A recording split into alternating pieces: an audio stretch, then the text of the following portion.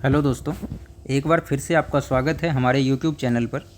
आज के लेक्चर में हम लोग पढ़ेंगे कैबिनेट कमिटीज़ के बारे में। जितनी भी कैबिनेट की कमेटियां होती है जो सरकार के डे टू डे फंक्शन, जो भी सरकार के कामकाज होते हैं उसमें मदद करती है, और इन कमेटियों का कुछ खास पर्पस होता है। तो ऐसी कितनी कमेटियां हैं, संविधान का कौन सा आर्टिकल इन कमेटियों के फॉर्मेशन से संबंधित है, या ये सारी कमेटियां संविधान के दायरे के बाहर है, इसका कोई भी प्रावधान संविधान में सच नहीं किया गया है, बाद में किसी अलग रूल में इसका प्रावधान किया गया है। तो इन सभी के बारे में हम लोग पढ़ेंगे आज। तो सबसे पहले हम लोग देखते हैं कि जो कैबिनेट कमेटियां होती है इसके क्या फीचर्स हैं और इसको इवॉल्व कैसे हुआ है।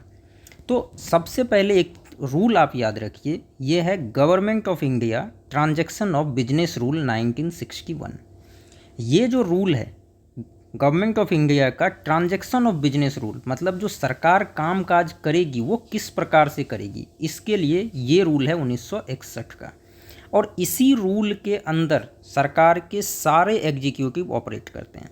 चाहे इस एग्जीक्यूटिव में हम अगर बात करें तो प्रेसिडेंट भी एग्जीक्यूटिव का हिस्सा है, वाइस प्रेसिडेंट एग्जीक्यूटिव का हिस्सा है, काउंसिल ऑफ मिनिस्टर एग्जीक्यूटिव का हिस्सा है, और फिर काउंसिल ऑफ मिनिस्टर के नीचे जैसे डिपार्टमेंट्स हैं उनके सेक्रेटरीज होते हैं, बाकी गवर्नमेंट ऑफिशियल्स होते हैं।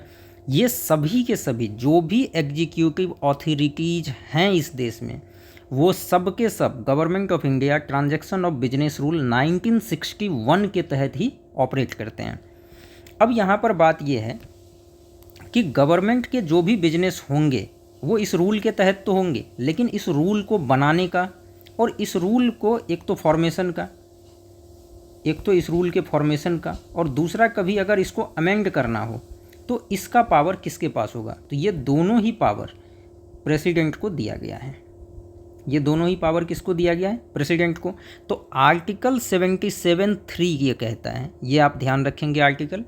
तो आर्टिकल 77(3) कहता है कि भारत के जो राष्ट्रपति हैं, प्रेसिडेंट हैं, वो रूल बना सकते हैं किस चीज़ के लिए, transaction of business of government of India, मतलब भारत सरकार के जो भी बिजनेस हैं उसके ट्रांजैक्शन के लिए, ताकि वो ज़्यादा कन्वीनियंट तरीके से हो सके, ज़्यादा आसानी से हो सके, ज़्यादा सुचारू रूप से हो सके, इसके लिए कभी भी राष्ट्रपति रूल बना सकते हैं। तो जब राष्ट्रपति रूल बना सकते हैं, इसके साथ साथ राष्ट्रपति उस रूल में कभी भी कोई भी चेंज कर सकते हैं। अगर उनको लगता है कि ज़्यादा कन्वीनियंसी इस रूल में कुछ अमेंड करके होगा, कुछ चेंज करके होगा, कोई नया प्रावधान जोड़ के होगा, तो उस केस में राष्ट्रपति आर्टिकल 77(3) के तहत ऐसा कर सकते हैं। अब यहाँ पर यह ध्यान रखने वाली बात है कि जो ये रूल है government of India transaction of business rule, या जो राष्ट्रपति इसके लिए रूल्स बनाते हैं, ये सब के सब पावर जो है राष्ट्रपति को दिया गया है। अब एक बात यह है कि हम तो यहाँ पढ़ रहे हैं किसके बारे में, कैबिनेट कमेटीज़ के बारे में। तो इसी रूल के तहत जो राष्ट्रपति रूल बनाते हैं, इसमें राष्ट्रपति को सारा पावर है। लेकिन अगर हम बात ये करें कि कैबिनेट कमेटी के केस में, जो कैबिनेट की कमेटीज होती है, इसके केस की अगर हम बात करें तो इसके बारे में संविधान में कहीं भी कोई प्रावधान नहीं किया गया है। तो ये क्या है, एक्स्ट्रा कॉन्स्टिट्यूशनल है। आप इसको ध्यान रखेंगे कि जो कैबिनेट कमेटी का कॉन्सेप्ट है हमारे देश में, वो एक्स्ट्रा कॉन्स्टिट्यूशनल है, मतलब संविधान में इसके बारे में कोई चर्चा नहीं की गई है।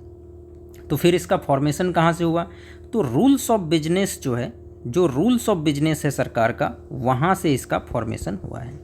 तो रूल्स ऑफ बिजनेस में ये कहा गया है कि जब कभी भी गवर्नमेंट चाहे तो अपने किसी काम को और अच्छे से करने के लिए और सही तरीके से उसको काम को पूरा करने के लिए ऐसी कमेटियों का फॉर्मेशन कर सकती है। तो आप ध्यान रखेंगे कि रूल्स ऑफ बिजनेस जो है, रूल्स ऑफ बिजनेस ऐसी कमेटियों के फॉर्मेशन को जस्टिफाई करती है या उसके एस्टेब्लिशमेंट को डिक्टेट करती है। अब कमेटी कितने तरह की हो सकती है, तो कमेटी दो प्रकार की होती है। पहला हो गया हमारा स्टैंडिंग कमेटी, मतलब परमानेंट होती है। ये जो कमेटी होती है ये परमानेंट होती है। एक बार कमेटी बन गई, मेंबर्स बदलते रहेंगे, हर साल 2 साल पे मेंबर्स बदलते रहेंगे, लेकिन ये कमेटी परमानेंट होते हैं और इसके जो वर्क होते हैं वो भी परमानेंट होते हैं, मतलब ये काम भी हमेशा चलने वाला है। आगे हम देखेंगे कि कैसे, क्यों ये परमानेंट कमेटियाँ हैं और किस तरह के काम ये करती है। दूसरा होता है एडहॉक कमेटी, मतलब टेम्पररी कमेटी। ये जो रिसेंट कोई इशू हो जाए, अगर कोई रिसेंट इशू हो जाए या कोई टेम्प्ररी इशू है, इसको रिजॉल्व करने के लिए एडहॉक कमेटी या टेम्प्ररी कमेटी का फॉर्मेशन किया जाता है। लेकिन स्टैंडिंग कमेटी जो है यह एक परमानेंट कमेटी होती है और इसको एक बार फॉर्म कर देने के बाद ऐसी कमेटियाँ एग्जिस्ट करती है फिर, और जो काम इसको असाइन किया गया ये डे टू डे में अपना वो काम पूरा करती है। तो हमारी ये जो कमेटी है स्टैंडिंग कमेटी ये परमानेंट हो गई और एडहॉक कमेटी टेम्प्ररी हो गई, जो किसी रिसेंट इशू या टेम्प्ररी इशू को रिजॉल्व करने के लिए बनाई जाती है। अब आज के डेट में जितनी भी कमेटियाँ एग्जिस्ट करती है, जो भी कैबिनेट कमेटी एग्जिस्ट करती है वो 8 हैं।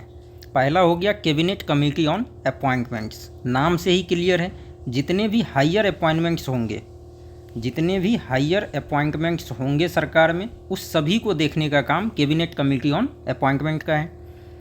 इसी तरह cabinet committee on accommodation, accommodation से क्लियर है घर देने का काम है इनका, तो ये किसको कौन सा हाउस अलॉट होगा, सरकार के जो भी क्वार्टर्स हैं किसको कहाँ पे हाउस अलॉट होगा, किसको कहाँ से कहाँ शिफ्ट करना है, ये सभी काम इस कमेटी के पास है। Cabinet committee on economic affairs, economy से रिलेटेड सारी फंक्शंस को ये कमेटी देखती है। Cabinet committee on parliamentary affairs, तो पार्लियामेंट से संबंधित जो भी मैटर है उसको देखती है। Cabinet committee on political affairs, तो पॉलिटिक्स से संबंधित जो भी है उसको देखती है। कैबिनेट कमेटी ऑन सिक्योरिटी बहुत ही इंपॉर्टेंट कमेटी है और इस कमेटी का काम देश की सुरक्षा को देखना है। इसके बाद कैबिनेट कमेटी ऑन इन्वेस्टमेंट, देश में जो भी इन्वेस्टमेंट आना है उससे संबंधित जो भी प्रपोजल्स होंगे, जो भी इंसेंटिव्स देने का होगा उस सभी को यह कमेटी देखेगी। और एक लास्ट है हमारा cabinet committee on employment and skill development, देश में जो बेरोजगारी और स्किल डेवलपमेंट की समस्या है इससे निपटने के लिए एक कमेटी कैबिनेट की इस पर भी बनाई गई है। अब हम इस 8 कमेटी को एक एक करके देखते हैं कि किस कमेटी में मेंबरशिप किसका होता है, चेयरमैन कौन होते हैं, मतलब किस कमेटी में मेंबर कौन होते हैं, चेयरमैन कौन होते हैं, और वर्क प्रोफाइल क्या है किस कमेटी का। अब हम लोग इसको एक एक करके देखते हैं। सबसे पहला हमारा है कैबिनेट कमेटी ऑन अपॉइंटमेंट। इस कमेटी में 2 ही अथॉरिटी है, 2 ही लोग हैं। इस कमेटी को आप ध्यान रखेंगे, इसमें 2 ही लोग हैं, एक प्राइम मिनिस्टर और दूसरे होम मिनिस्टर। ध्यान रखेंगे इसका मेंबरशिप मोस्ट इम्पॉर्टेंट है, कई बार एग्जाम में पूछा गया है कि कैबिनेट कमेटी ऑन अपॉइंटमेंट्स में कौन कौन मेंबर हैं, तो प्राइम मिनिस्टर और होम मिनिस्टर, बस 2 ही मेंबर हैं। और इसका काम क्या है, सारे अपॉइंटमेंट्स करना, जो भी अपॉइंटमेंट हैं उसको करना। अब अपॉइंटमेंट किसका, जैसे कैग का अपॉइंटमेंट है या इलेक्शन कमीशन में अपॉइंटमेंट्स हैं, भारत सरकार में सेक्रेटरीज के अपॉइंटमेंट्स हैं, डायरेक्टर जनरल के अपॉइंटमेंट हैं, चाहे जितने भी CAPF में हैं, IG के इम्पैनलमेंट हैं, JS जॉइंट सेक्रेटरीज के इम्पैनलमेंट है, ये सभी अपॉइंटमेंट UPSC में अपॉइंटमेंट करना हो तो ये जितने भी अपॉइंटमेंट है हायर लेवल पे ये सब का सब कैबिनेट कमेटी ऑन अपॉइंटमेंट के थ्रू ही होता है, तो आप इसको ध्यान रखेंगे। अब यहाँ पर देखिए, जिस भी कमेटी में प्राइम मिनिस्टर अगर मेंबर हैं तो PM ही चेयर भी करेंगे, जहाँ भी PM मेंबर हैं तो PM चेयर करेंगे। तो अपॉइंटमेंट्स कमेटी में चूंकि PM मेंबर हैं तो PM ही इसके चेयरमैन भी होंगे। अगला है हमारा cabinet committee on accommodation. Cabinet committee on accommodation हमने पहले ही कहा कि इसका काम है कि सरकार के जो क्वार्टर्स हैं उसको किसको कहाँ अलॉट करना है, कौन एलिजिबल होगा कौन एलिजिबल नहीं होगा, जो नॉन एलिजिबल है अगर उसको कभी क्वार्टर देने की बात हो तो उससे संबंधित डिसीजन भी कैबिनेट कमेटी ऑन एकोमोडेशन ही लेती है। क्वार्टर अलॉटमेंट से संबंधित जितने भी रूल्स हैं गाइडलाइंस हैं उसको फॉर्मुलेट करने का काम इसी कमेटी के पास है और इस कमेटी का चेयरमैन होम मिनिस्टर होते हैं, आप ध्यान रखेंगे। अभी जो है इस कमेटी के चेयरमैन होम मिनिस्टर हैं अमित शाह सर। अगला है हमारा cabinet committee on economic affairs. हमने पहले ही कहा कि इकोनॉमी से संबंधित जो भी डिसीजन होंगे वह इसी कमेटी के पास रहेगा, ये कमेटी उस पर काम करेगी। इस कमेटी के चेयरमैन प्राइम मिनिस्टर होते हैं। आप यहाँ पर 8 कमेटी में से 6 कमेटी ऐसी है जिसके चेयरमैन प्राइम मिनिस्टर हैं और जो 2 दूसरी कमेटी है जिसके चेयरमैन प्राइम मिनिस्टर नहीं है उसमें एक हो गया कैबिनेट कमेटी ऑन एकोमोडेशन और एक और कमेटी है cabinet committee on parliamentary affairs. तो यहाँ पर home minister. Cabinet committee on economic affairs में आप देखिए प्राइम मिनिस्टर चेयरमैन होंगे, प्राइम मिनिस्टर क्या होंगे, चेयरमैन होंगे। अब यहाँ पर इसका काम क्या होगा, जो भी इकोनॉमी में जितने भी तरह के प्रॉब्लम्स होंगे, इकोनॉमी में जो भी संभावनाएं होंगी, प्रोस्पेक्ट्स होंगे और इकोनॉमी का जो ट्रेंड होगा इसको रिव्यू करते रहना इस कमेटी का काम है। एग्रीकल्चर प्रोड्यूस का जो प्राइस फिक्सेशन है और एसेंशियल कमोडिटीज़ का प्राइस फिक्सेशन, यह काम भी इसी का है। आप इसको ध्यान रखेंगे। जो एग्रीकल्चर कमोडिटी का प्राइस फिक्सेशन है या एसेंशियल कमोडिटी का प्राइस फिक्सेशन है, ये दोनों ही काम इस कमेटी को ही दिया गया है। अगला है हमारा कि जो इन्वेस्टमेंट प्रपोजल अगर देश में आता है और वो 1000 करोड़ से अगर ऊपर का है, अगर ग्रेटर देन 1000 करोड़ है, तो वो सारे प्रपोजल इस कमेटी के पास आते हैं। इसी तरह पब्लिक डिस्ट्रीब्यूशन सिस्टम में अगर किसी भी तरह की प्रॉब्लम है, कुछ सुधार की आवश्यकता है, तो उसको भी रिव्यू करने का काम इकोनॉमिक अफेयर्स कमेटी ही करती है। और लास्ट एक इसका और काम है कि जो भी डिसइन्वेस्टमेंट से रिलेटेड डिसीजन लेना है, वह काम भी यही कमेटी देखती है। जैसे हम लोग देखते हैं कि जो पब्लिक सेक्टर अंडरटेकिंग्स है, इसका डिसइन्वेस्टमेंट चलता रहता है, तो इससे संबंधित डिसीजन भी इस कमेटी के पास है। तो अब यहाँ पर आप ध्यान रखेंगे कि इकोनॉमी का जो भी ट्रेंड है, प्रॉब्लम है, प्रोस्पेक्ट है, वो तो देखेगी ही, साथ के साथ एग्रीकल्चरल प्रोड्यूस और एसेंशियल कमोडिटीज, इस दोनों का ही प्राइस फिक्सेशन इसी कमेटी के पास है। और 1000 करोड़ से ज़्यादा का अगर कोई भी इन्वेस्टमेंट प्रपोजल है, तो वो इस कमेटी के पास आएगा। और इसी तरह पब्लिक डिस्ट्रीब्यूशन सिस्टम से संबंधित रिव्यू इसके पास है, और डिसइन्वेस्टमेंट से संबंधित जो भी समस्याएं हैं या डिसइन्वेस्टमेंट अगर होना है, तो वो सारे इसी कमेटी के पास रिव्यू के लिए आएंगे। अगला है हमारा cabinet committee on parliamentary affairs. नाम से ही क्लियर है, पार्लियामेंट्री मैटर को डील करेगा। और ये एक कमेटी ऐसी है जिसके चेयरमैन भी प्राइम मिनिस्टर नहीं होते हैं, डिफेंस मिनिस्टर होते हैं। एक कमेटी में होम मिनिस्टर थे एकोमोडेशन वाली, जो एकोमोडेशन की कमेटी थी, इसमें होम मिनिस्टर थे। और एक ये हो गया पार्लियामेंट्री अफेयर्स कमेटी, जिसके चेयरमैन डिफेंस मिनिस्टर होते हैं। इसके चेयरमैन डिफेंस मिनिस्टर होते हैं। इसका काम क्या है? जो गवर्नमेंट के बिजनेस हैं पार्लियामेंट में, पार्लियामेंट सेशन में जो भी गवर्नमेंट के बिजनेस होंगे उसको रिव्यू करना, उसके प्रोग्रेस को मॉनिटर करना, पार्लियामेंट का सेशन शेड्यूल करना, कब से कब तक सेशन करना चाहिए, तो ये सारा काम पार्लियामेंट्री अफेयर्स कमेटी को दिया गया है। मतलब यह कमेटी डिसाइड करेगी कि सेशन कब बुलाया जाएगा, सेशन कब तक चलेगा, और सेशन में जो गवर्नमेंट के बिजनेस होंगे वो कौन कौन से होंगे, उसका प्रोग्रेस किस तरह से होगा, सीक्वेंस किस तरह से होगा, इस सभी को मॉनिटर करने का काम पार्लियामेंट्री अफेयर्स कमेटी को दिया गया है। और जो नॉन गवर्नमेंट बिजनेस होते हैं, मतलब जो सरकार के मंत्री के अलावा कोई भी दूसरे एमपी अगर कोई भी बिजनेस लाते हैं, तो उसको नॉन गवर्नमेंट बिजनेस कहते हैं, उसको भी रिव्यू करने का काम पार्लियामेंट्री अफेयर्स कमेटी को दिया गया है। अगला है हमारा political affairs committee, cabinet committee on political affairs. Political affairs committee के चेयरमैन भी प्राइम मिनिस्टर ही होते हैं। सारे के प्राइम मिनिस्टर ही होते हैं, बस दो कमेटी थी, पार्लियामेंट्री अफेयर्स जिसमें डिफेंस मिनिस्टर, और एकोमोडेशन पे कमेटी जिसमें होम मिनिस्टर। अब जो पॉलिटिकल अफेयर्स कमेटी है, इसको सुपर कैबिनेट भी कहा जाता है, ये आप ध्यान रखेंगे। अगर कभी पूछता है कि किस कमेटी को सुपर कैबिनेट के तौर पर देखा जाता है, तो यह पॉलिटिकल अफेयर्स कमेटी ही है। अब इसका काम क्या है? जो भी डोमेस्टिक या फॉरेन से रिलेटेड, मतलब नेशनल या इंटरनेशनल कोई भी पॉलिसी मैटर अगर है, उसको हैंडल करने का काम पॉलिटिकल अफेयर्स कमेटी करती है। जितने भी डोमेस्टिक हो या इंटरनेशनल हो, उससे पॉलिसी मैटर में जो भी मैटर आता है उसको हैंडल करने का काम इस कमेटी के पास है।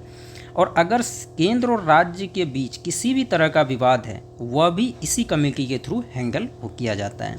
तो आप यहाँ पर पॉलिटिकल अफेयर्स कमेटी देखें। अब एक मोस्ट इम्पॉर्टेंट कमेटी है, वो है कैबिनेट कमेटी ऑन सिक्योरिटी। बहुत ही इम्पॉर्टेंट कमेटी है, इसका पूरा कंपोजिशन आप याद रखेंगे। इसमें प्राइम मिनिस्टर तो चेयरमैन हैं, लेकिन 4 मेंबर और हैं, और ये चारों ही मेंबर जो देश के इम्पॉर्टेंट मिनिस्टर्स हैं वो होते हैं।